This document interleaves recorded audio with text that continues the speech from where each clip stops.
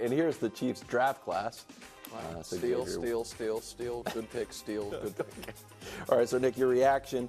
The question that we initially had when we started the show. Yeah, what was it? Because you yelled at me about it earlier. Are you surprised KC are not the favorites to repeat? But no. Yeah, it is disrespectful. But you have a reaction to Travis. I'll do both. It is disrespectful they're not the favorites, just like it would be disrespectful if the Nuggets weren't the favorites to win the series. But I'm not going to sit here and say it'd be like seeing a unicorn if the Chiefs don't win the Super Bowl. It could happen, but they should be the favorites. Now, the Travis thing is great, even though I'm not certain. He had 2 years left on his deal. This adds 2 more years to his deal. So now he has 4 years left on his deal. I don't know that this necessarily means he's going to play more than 2 years. But I think it does give you a lot of certainty he's going to play at least 2 more years. And the Chiefs gave him more guaranteed money for this coming season and other stuff. Right. And that's really just, in my opinion, good business, but also unnecessary in that. Guess what? Travis Kelce's contract, which was not guaranteed this year, it was guaranteed. There was no scenario in which they're going to be like, you know what, we're cutting you. Yeah. You know what I mean? And so it was the right thing to do for a player who has never maxed out his money, who has never, you know what I mean, put the screws to him in that regard, and a player who demonstrated last year that come the postseason, he is as valuable as any non-quarterback in football. I truly believe that. I don't. In the Super Bowl, in the AFC Championship game, he had basically a perfect football game. The Bills game, and the Chiefs drafted a tight end in the 4th round. And this has been something I've wanted them to do for 2 years, because when you hear about Travis Kelce, do people, Bruce, say, "Oh my God, he's just a freak athlete"? Like you can't. No. Oh, he's so fat. No. What everybody says is, can't cover him. Right. Yeah, he's just, and so that clearly is about intelligence, technique, relationship with Mahomes. Those, to me, are teachable traits.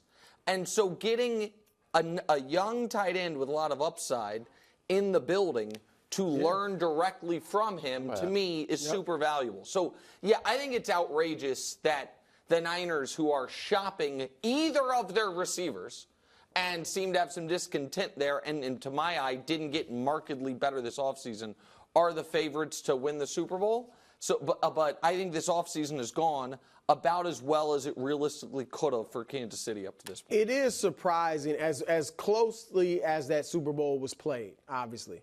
It's still surprising the Niners are favored because we typically see, or not all the time, but there's a Super Bowl hangover. We just saw it with Philadelphia, which it played the Chiefs very closely. So the only possible reason that the Chiefs cannot be favored is that we've never seen a three-peat. That's it. The feeling that it's never happened. All right, so nobody's going to win it 3 in a row. I do think, though, Nick, there are reasons, even though the Chiefs are 2-time defending Super Bowl champions, they still can play the underdog card.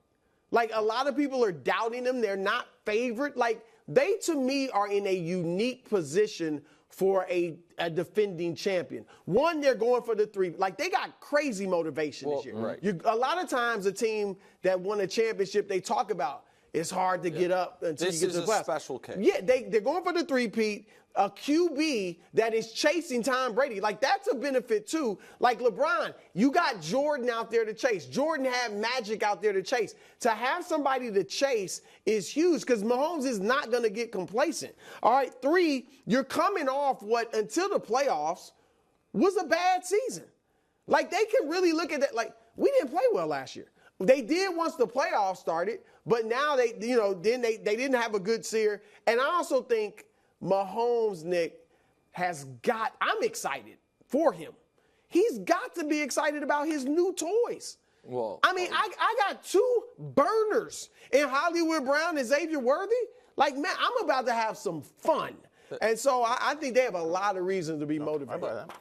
Do you think it's on the board the Chiefs can win the Super Bowl this year, Wildes? Of course. Even though it's never been done before, you think it may be something that has never been done before could happen? Out of nowhere? You think that even it's in all of the world history, it's never been done before. But it could happen? I'm going to change my mind. Okay. Once you put it like that? No, I just... You make some great points.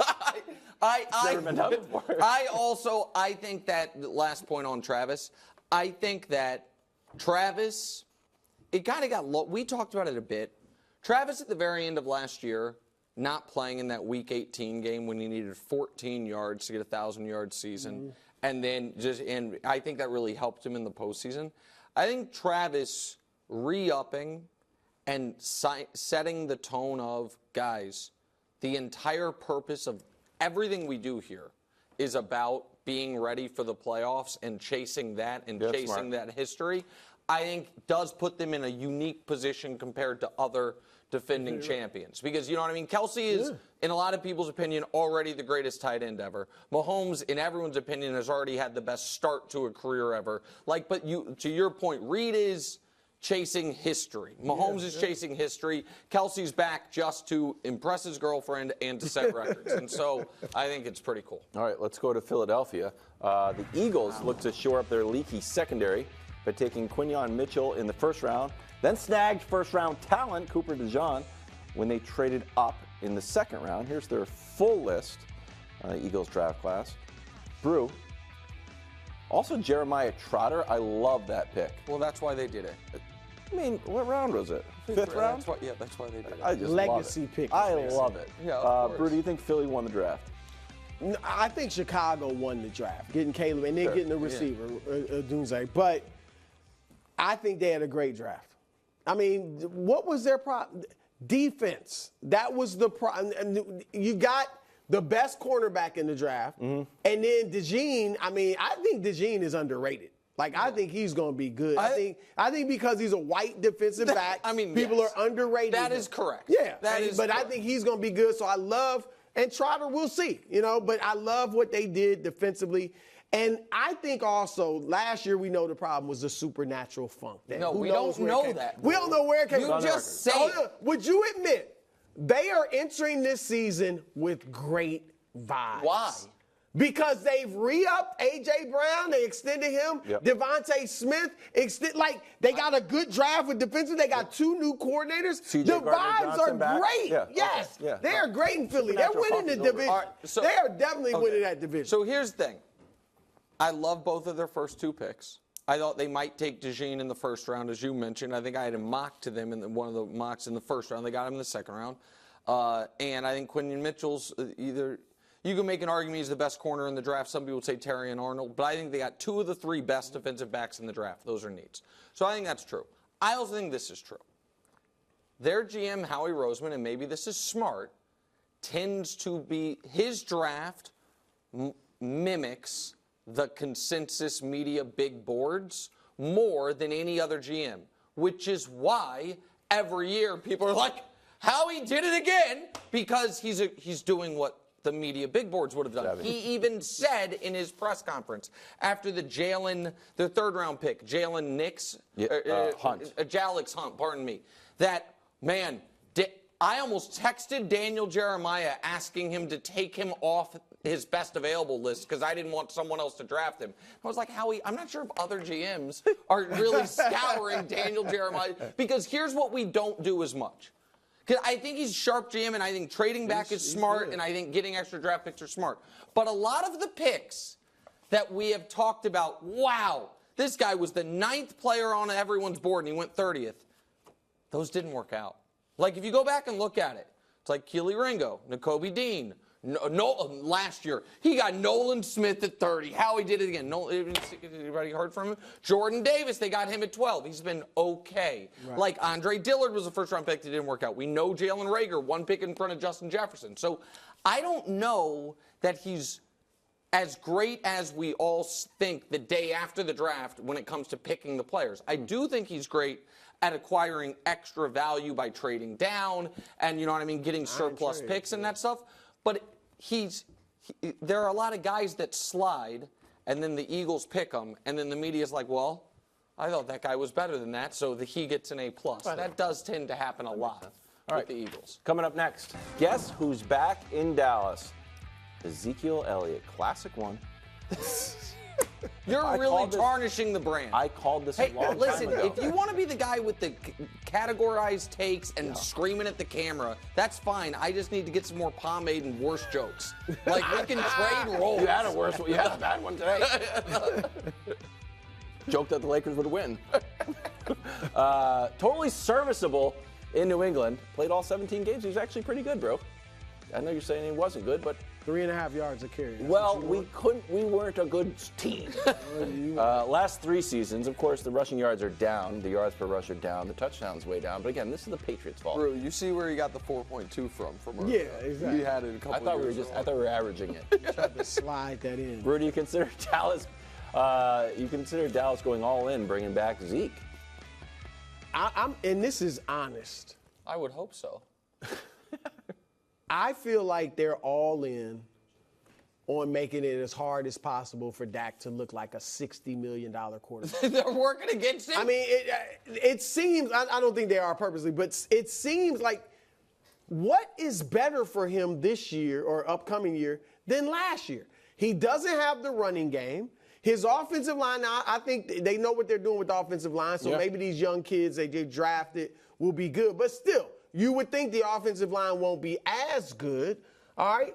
And so, no, they're not all in on winning a Super Bowl. I think they're in danger. If Chicago is good this year, they could be in danger of missing the playoffs because that could mean 3 teams from that division to make the playoffs, Green Bay, and Detroit along with Chicago. So, no, they're all in. This looks like Zeke. I said they should have got him last year when he could be thunder to Tony Pollard's lightning. But Rico Dowdle, Deuce Vaughn, who's the main back? Listen, I am not as worked up about the running back room as you guys are because I don't think they had a very good one last year. Yeah. And they won 12 games, and they scored more points than won in football. Like that, I just don't. But way better than this. Though. I mean, Pollard was somebody the defenses had to worry about. I disagree. I don't think that. I don't. I think Tony Pollard is a guy. I just do. Maybe I'm being unfair. I know that I have a different opinion on running backs than a lot of people do. I just think he's. I think he's a guy. I think he's probably the right. I bet next year he'll be the 19th best running back in the league. I think he's a guy. But regardless, He's not. Do they have even a guy? Well, I don't know yet, but I guess I didn't know that Tony Pollard was going to be a guy before he got carries. So I don't know if Rico Dowdle is going to be a guy. But with that said, I expect them to draft a running back. And I think they expect to draft a running back. And I think Jerry screwed up. I think that whole. It was bad, but it felt like a moment that an older person has, where they kind of like say too much when they don't mean to.